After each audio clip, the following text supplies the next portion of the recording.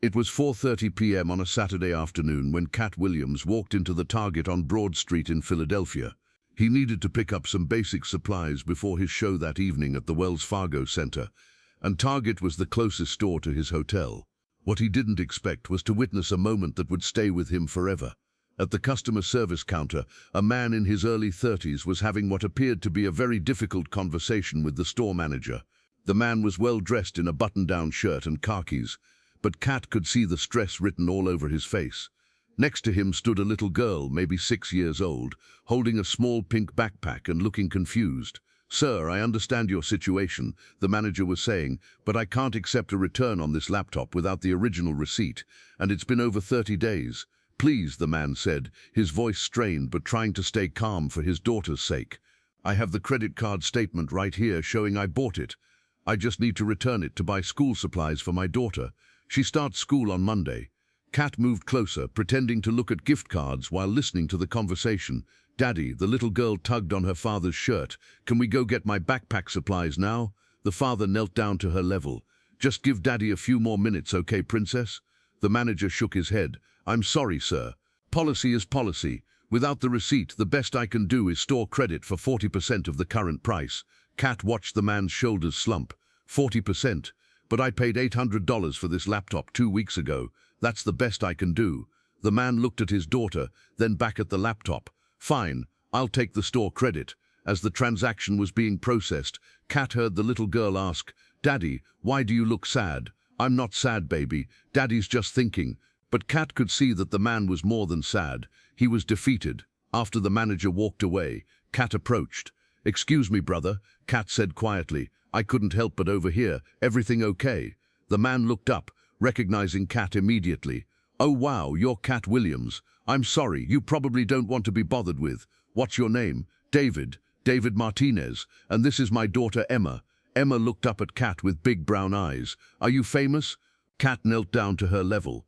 "I tell jokes for a living." "What do you do?" "I'm going to first grade on Monday. I'm going to learn to read chapter books." "That's awesome. Are you excited?" "Yes, but Daddy says we have to be careful about money for my school things." Katt looked up at David, who looked embarrassed. "Can we talk for a minute? Maybe grab some coffee at the Starbucks up front?" David hesitated. "I don't want to take up your time." "You're not. Come on." A few minutes later, they were sitting at a small table, while Emma colored with some crayons David had grabbed from the dollar section. "So what's going on, David? And don't say nothing. I saw what happened back there." David sighed deeply. "It's been a rough year. My wife died in a car accident 10 months ago. Emma and we're still figuring out how to do this without her." Katt felt his chest tighten. "I'm sorry for your loss, man." "Thank you. The thing is, Sarah was the organized one. She handled all the bills, the school stuff, everything. I'm a good father, but I'm learning that being a single parent is a whole different game." "What do you do for work?" "I'm an accountant at a small firm downtown. The pay is decent, but after Sarah died, I had to put Emma in after-school care, summer programs, all that stuff I never thought about before. It adds up fast." "So what was the laptop situation about?" David looked embarrassed. "I bought it thinking I could do some freelance accounting work at night to make extra money, but between taking care of Emma and grieving, I never used it. School starts Monday, and I realized I hadn't bought any of her supplies yet. I thought returning the laptop would give me enough money for everything she needs." "How much do you need for school supplies?" "Maybe $200. She needs everything. Backpack, lunchbox, clothes that fit, shoes. She's grown so much this summer." Katt pulled out his wallet and placed $500 on the table. "Mr. Williams, I can't." "David, let me ask you something. If your roles were reversed and I was sitting here with my daughter needing help, what would you do?" David looked at the money, then at Emma, who was still coloring happily. "I'd help if I could." "Then let me help. But this is too much." "No, it's exactly right. Get Emma everything she needs for school, plus some extra stuff just because she deserves it." Emma looked up from her coloring. "Daddy, why are you crying?" David wiped his eyes. "These are happy tears, baby. This nice man is going to help us get all your school supplies." "Really?" Emma's face lit up. All of them," Katt confirmed. What happened next was something Katt would never forget. They spent the next 2 hours shopping together. Emma was like a kid in a candy store, picking out a purple backpack with unicorns, matching lunchbox, new sneakers that lit up when she walked, and enough school supplies to stock a classroom. But more than the shopping, Katt watched David transform. The stressed, defeated man from the customer service counter was replaced by a father who was laughing with his daughter, helping her choose between different colored folders and actually enjoying the experience. "Daddy, can we get the markers that smell like fruit?" Emma asked. "We can get whatever you want today, princess." At the checkout, the total came to $347. David tried to give Katt back the remaining money, but Katt refused. "Keep it, emergency fund." As they loaded the bags into David's car, Emma hugged Katt's leg. "Thank you for helping my daddy not be sad." "You're welcome, sweetheart. You take care of him, okay?" "I will. I'm good at taking care of people." After Emma got in the car, David turned to Katt. "I need you to know something. This isn't just about the money. Emma hasn't been this excited about anything since her mum died. You gave her more than school supplies today. You gave her back some of her childhood." "What do you mean? She's been so worried about me, so serious all the time, always asking if I'm okay, if we have enough money, if I'm going to die too. Today she got to just be a 6-year-old girl excited about school." Katt felt tears forming in his eyes. "David, can I ask you to do something for me? Anything. Don't try to carry everything alone. There are people who want to help, resources available, and most importantly, let Emma be a kid. She'll grow up fast enough." "I will, I promise." They exchanged numbers, and Katt made David promise to send pictures of Emma's first day of school. 2 days later, Katt received a text that made his whole week. It was a photo of Emma in her new backpack and light-up shoes, standing in front of her new school with the biggest smile he'd ever seen.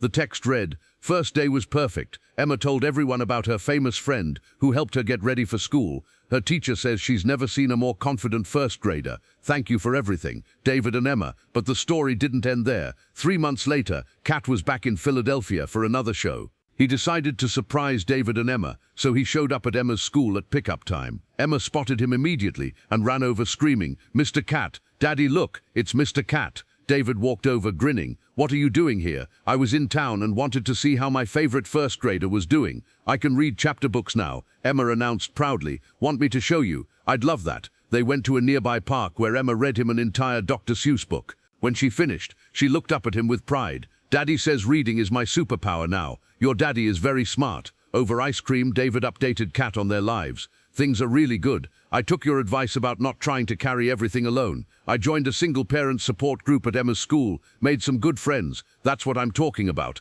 And I started doing that freelance work I bought the laptop for. Turns out I'm pretty good at it. We're actually doing okay financially now. But most importantly," Emma chimed in, "Daddy smiles a lot more now." "Is that right?" Katt asked. "Yep, and he sings in the car. Mommy used to say Daddy had a terrible voice, but I like it." David laughed. "Emma, as the afternoon went on, Katt realized something. That day in Target, he thought he was helping David and Emma, but watching them now, confident, happy, thriving, he understood that they had helped him just as much. "David, can I tell you something?" "Of course." "That day we met, I was going through a rough patch myself, feeling disconnected, wondering if success meant anything, if you're not sharing it. Meeting you and Emma reminded me what really matters." "What's that?" "Family, connection, being there for people when they need it most." Emma, who had been listening, climbed onto Katt's lap. "Mr. Katt, are you part of our family now?" Katt looked at David, who nodded with a smile. "I'd be honored to be part of your family, Emma." "Good, because families help each other, and you helped us a lot." A year later, David sent Katt an invitation that brought tears to his eyes. It was for Emma's second-grade graduation, where she was receiving an award for academic excellence. At the ceremony, when they called Emma's name, she walked to the microphone and said,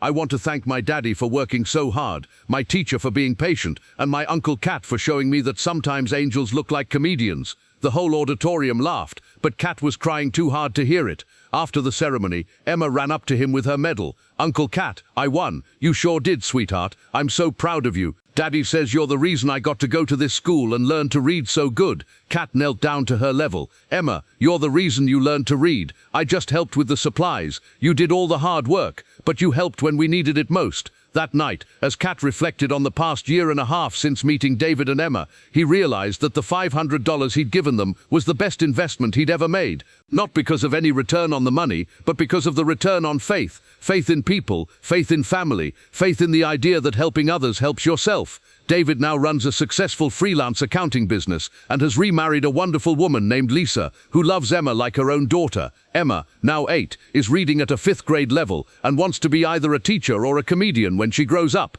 Both are good choices, Katt told her. Both jobs are about helping people learn something new, and every year on the anniversary of their Target meeting, the three of them go back to that same store, buy school supplies, and donate them to families who need help, because they understand that sometimes the smallest gestures create the biggest changes.